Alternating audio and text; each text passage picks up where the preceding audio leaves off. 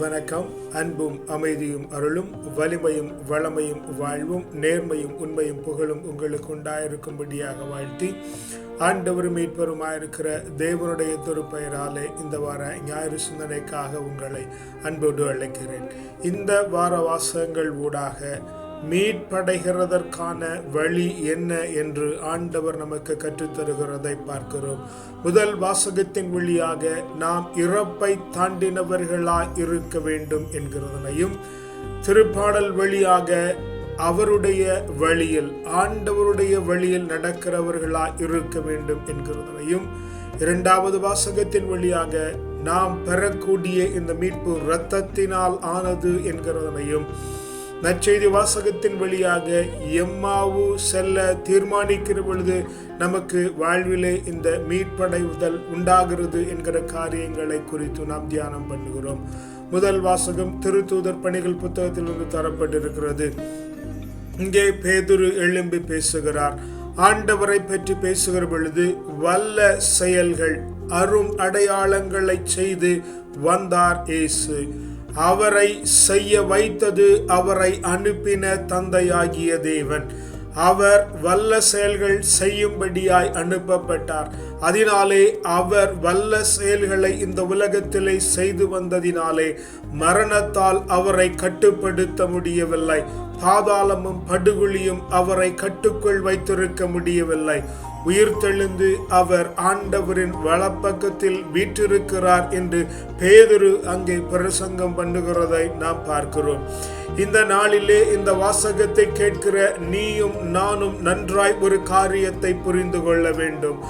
ஆண்டவர் இறைவன் கடவுள் நம்மை இந்த உலகத்திற்கு அனுப்பி இருக்கிறது வல்ல செயல்களையும் அருஞ்செயல்களையும் செய்யும்படியாகத்தான் அனுப்பி இருக்கிறார்.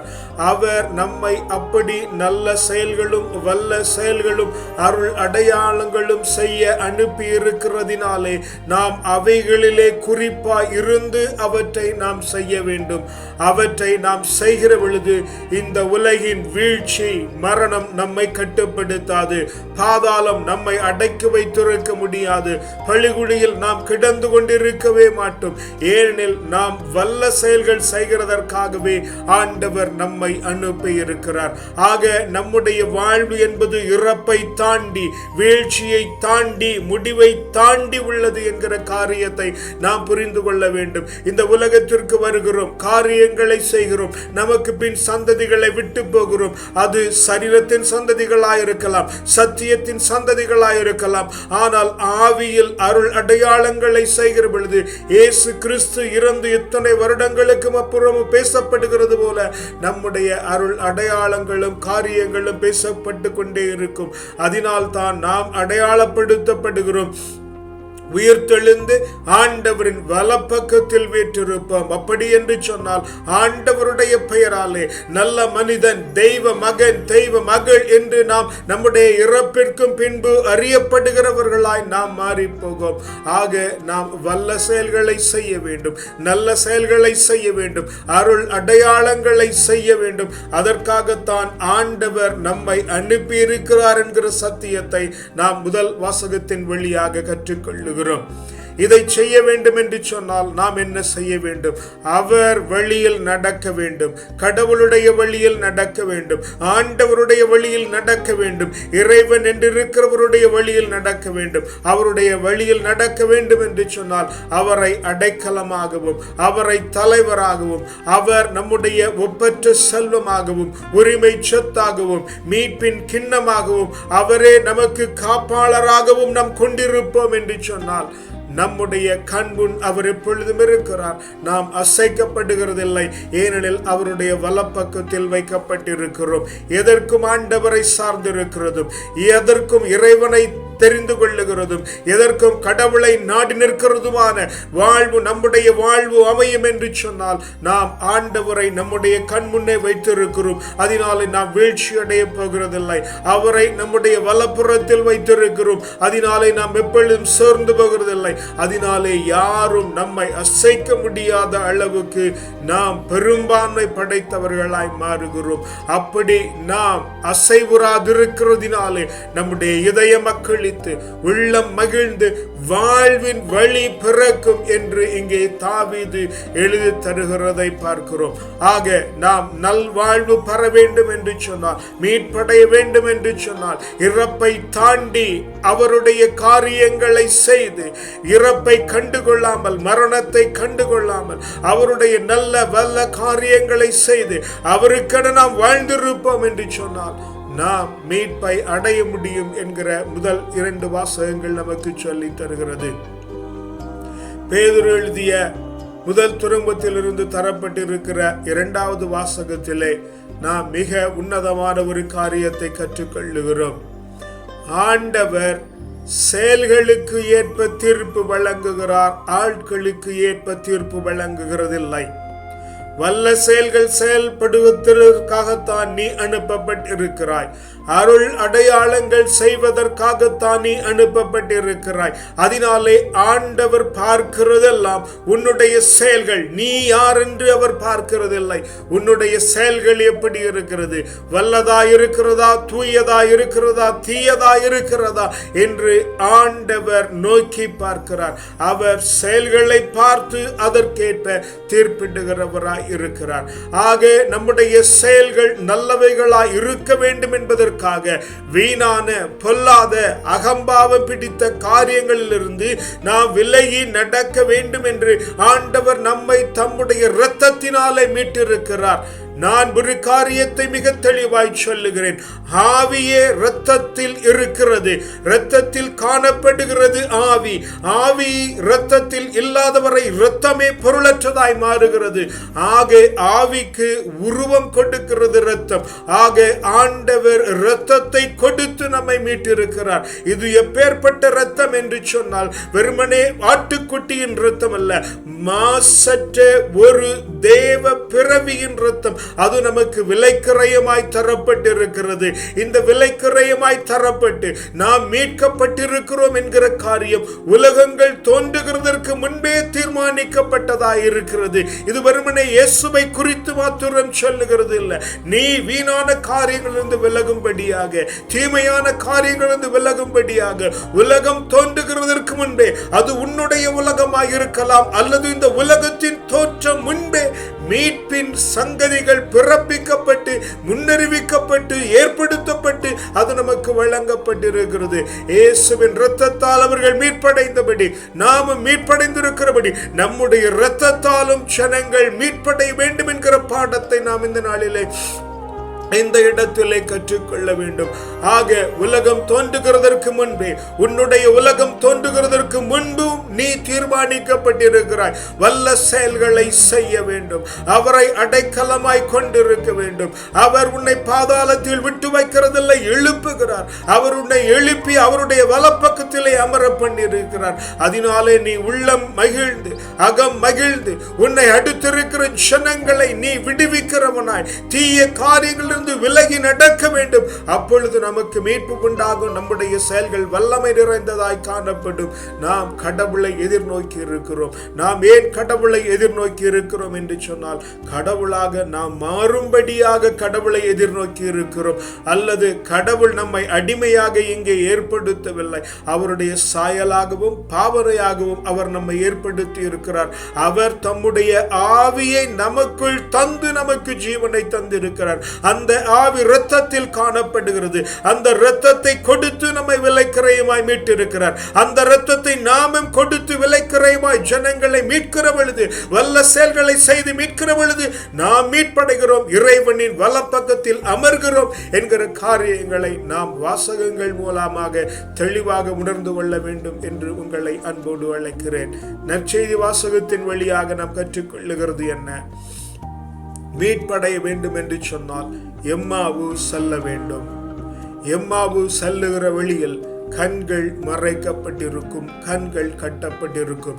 இந்த உலக வாழ்வு நாம் எம்மாவு கடந்து செல்லும்படியாக அனுப்பப்பட்ட அழைப்பு. இந்த உலகத்திற்கு வருகிற பொழுது ஒரு சில கண்கள் கட்டப்பட்டிருக்கும், ஒரு சில காரியங்கள் மறைக்கப்பட்டிருக்கும். ஏனெனில் நாம் முழுமையாக ஆவியில் இல்லை, சரீரத்தில் காணப்படுகிறோம். அதனாலே கண்கள் கட்டப்பட்டிருக்கும். கண்கள் கட்டப்பட்டிருக்கிற நிலையிலும் எம்மாவு நாம் செல்ல வேண்டும்.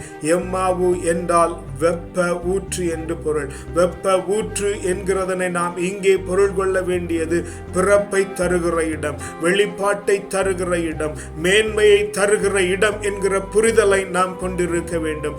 ஆக வெப்பம் நிறைந்த இடத்தில் புதிய ஜனனம் உருவாகிறது, புதிய மாற்றம் உருவாகிறது. அது வெப்பத்திற்குள்ளாய் கடந்து போகிற பொழுது ஒரு நிலையிலிருந்து மற்றொரு நிலைக்கு மறுரூபமாகிறது. ஆக எம்மாவு என்கிற வழியிலே நாம் போகிற பொழுது நாம் மறுரூபமாகிறோம், வெளிப்பாடு அடைய தேடுகிறோம். நாம் வெளிப்பாடு அடைய நாம் போகிற வழியிலே கிளையோப்பா ஆண்டவரிடத்திலே காரியங்களை தெளிவுபடுத்துகிறார். கிளையோப்பா என்றால் மகிமையின் மன்னன் என்று பொருள், மகிமையின் தந்தை என்று பொருள். மகிமையை அடைய வேண்டும் என்று சொன்னால் நீ எம்மாவுக்கு கடந்து போக வேண்டும், வெளிப்பாடை அடைய வேண்டும். உன்னுடைய கண்கள் கட்டப்பட்டிருக்கலாம், என்னுடைய கண்கள் கட்டப்பட்டிருக்கலாம், ஆனால் வெளிப்பாடு அடைய வேண்டும், தேவனை அடைய வேண்டும் என்கிற எண்ணம் நமக்குள்ளாய் வருகிற பொழுது நாம் கிளையோப்பாவாய் மாறி மகிமை உடையவர்களாய் நாம் வெளிப்பட வேண்டும். அப்பொழுது நாம் மகிமை உடையவர்களாய் வெளிப்படுகிற பொழுது மாட்சியில் நாம் மறுரூபமாகிறோம். ஆண்டவர் அவர்களுக்கு அப்பம் பெற்று தருகிற பொழுது மறுரூபமானார். கடவுளை போற்றுகிற பொழுது அவர்கள் ஆண்டவரை இது இயேசு என்று கண்டுபிடித்தார்கள். ஆக மாற்றியுற வேண்டும் என்று சொன்னால் நாம் துன்பப்பட வேண்டும் என்கிற காரியத்தை ஆண்டவர் அந்த சீடர்களுக்கு எம்மாவூலே விலக்கி கட்டுகிறதை பார்க்கிறோம். நாம் மாட்சிமை அடைய வேண்டும் என்று சொன்னால், நம்முடைய வாழ்வு மறுரூபப்பட வேண்டும் என்று சொன்னால், நம்முடைய வாழ்வு மீட்படைய வேண்டும் என்று சொன்னால், நாம் ஆண்டவரிடத்திலே நல்ல காரியங்கள் செய்கிறவர்களாய், வல்ல காரியங்கள் செய்கிறவராய், அருள் அடையாளங்கள் செய்கிறவர்களாய் நாம் காணப்பட வேண்டும். அப்படி நாம் செய்கிற பொழுது வெளிப்பாடு அடைந்தவர்களாய், மகிமை உடையவர்களாய் நம்முடைய கண்கள் ஆண்டவரை போற்றுகிற பொழுது திறக்கப்படும். அப்படி திறந்த கண்கள் உடையவர்களாய் எம்மாவுக்கு சென்ற சீடர்கள் மீண்டும் எருசலேமுக்கு வந்தார்கள், சமாதானத்திற்கு வந்தார்கள். வாழ்வு இனிமைப்பட்டதாய் மாறி போகும் என்கிறதனை நமக்கு நற்செய்தி வாசகம் கற்றுத்தருகிறது. வாசகங்கள் எல்லாம் நமக்கு தெளிவாய் சொல்லித் தருகிறது. மீட்படையும்படியாகத்தான் நீ இந்த உலகத்திற்கு அனுப்பப்பட்டிருக்கிறாய். இறப்பை தாண்டின உன்னுடைய வாழ்வு மிக முக்கியமானதாய் இங்கே காணப்படுகிறது. வல்ல செயல்கள் செய்யும்படியாக ஆண்டவர் உனக்கும் எனக்கும் ஜீவனை தந்து இந்த உலகத்திற்கு அனுப்பி இருக்கிறார்.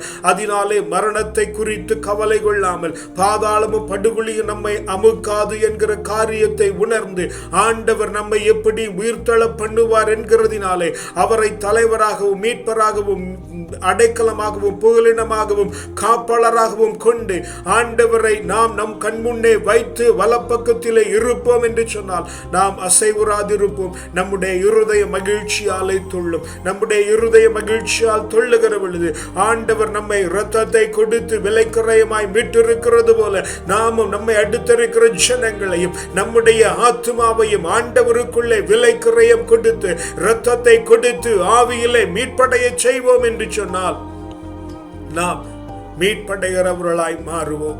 எம்மாவுக்கு செல்லுகிற வழியிலே மாட்சியிலே மறுரூபமாகி துன்பங்களை ஒரு பொருட்டாய் கருதாமல் ஆண்டவருக்கென வைராக்கியம் உள்ளவர்களாய் நாம் காணப்படுவோம். நாம் மீட்படைவோம். நாம் அடுத்த ஜனங்களை மீட்படைய பண்ணுவோம். ஆக நம்முடைய வாழ்வு மீட்பின் வாழ்வாய் மாறி போகும் என்கிறதனை ஆண்டவர் நமக்கு இந்த வார வாசகங்கள் வழியாக கற்றுத்தருகிறார். ஜெபிக்கலாமா? அப்பா பிதாவே, நல்ல நாளுக்கும் வல்ல வேளைக்குமாக உமக்கு நன்றி சொல்லுகிறோம். ஆண்டவரே தேவரீர் இந்த நல்ல நாளிலும் உம்முடைய வேத பாடத்தை தந்து ஆண்டவரே எங்களை தேற்றி இருக்கிறதுனால உமக்கு நன்றி சொல்லுகிறோம். ஆண்டவரே வல்ல செயல்கள் செய்ய தேவரீர் எங்களுக்கு கிருபை பண்ணுவீராக. ஆண்டவரே இறப்போ பாதாளமோ படுகொலியோ எங்களை எக்காலத்திலும் கட்டி போடாது என்கிற வல்லமையான வாக்குத்தத்தத்தை நீர் தந்து எங்களை இந்த காலை வேளை வேளையில தேற்றி இருக்கிறதுனால உமக்கு நன்றி சொல்லுகிறோம் ஆண்டவரே. நீர் எங்களை எப்படி உயிர்த்தெழ பண்ணுவீர். அதனாலே இந்த உலகத்திலே வாழுகிற நாட்களிலே உம்மை தலைவராகவும் மீட்பராகவும் அடைக்கலமாகவும் கொண்டு ஆண்டவரே, நீரே எங்களுடைய ரட்சிப்பின் கிண்ணம் என்கிறதனை உணர்ந்து ஆண்டவரே, உம்மை எங்களுடைய வலப்புறத்திலே வைத்து எங்களுடைய கண்முன்னே வைத்து நாங்கள் அசைவுறாதிருந்து ஆண்டவரே, மகிழ்ச்சியுடையவர்களாய் காணப்பட்டு எங்களுடைய ஆத்துமாவையும் எங்களை அடுத்திருக்கிறவருடைய ஆத்துமாவையும் இயேசு கிறிஸ்து ரட்சித்திருக்கிறது போல விலை குறையுமா எங்களுடைய இரத்தத்தை ஆவியை கொடுத்து நாங்கள் மீட்படைய பண்ணி உம்முடைய வலப்பக்கத்திலே அமர்ந்திருக்கிற அந்த மேன்மையுள்ள பாக்கியத்தை தரும்படியாய் ஜெபிக்கிறோம் ஆண்டவரே. வெளிப்பாடடைய கிருபை பண்ணுங்க ஆண்டவரே. துன்பப்படுகிறதெல்லாம் மாற்றி இருக்கிறோம் என்கிற சத்தியத்தை ஆண்டவரே நன்றாய் உணர கிருபை பண்ணுங்க ஆண்டவரே. கண்களுடைய கட்டுக்கள் அவிழ்க்கப்பட்டு ஆண்டவரே கடவுளை போற்றி புகழ்ந்து ஆண்டவரே எருசலேமிலே வந்து சேருகிறவர்களாய், பரலோக எருசலேமிலே வந்து சேருகிறவர்களாய் தேவரிடங்களை மாற்றுகிறதுனால் உமக்கு நன்றி சொல்லுகிறோம். துதி கன மகிமை எல்லாம் ஒருவருக்கே செலுத்துகிறோம். வல்ல மீட்பருடைய நாமத்தினால ஜெபிக்கிறோம் ஜீவனுள்ள நல்ல பிதாவே, ஆமென். கர்த்தர் உங்களை ஆசீர்வதிப்பாராக. சமாதானம்.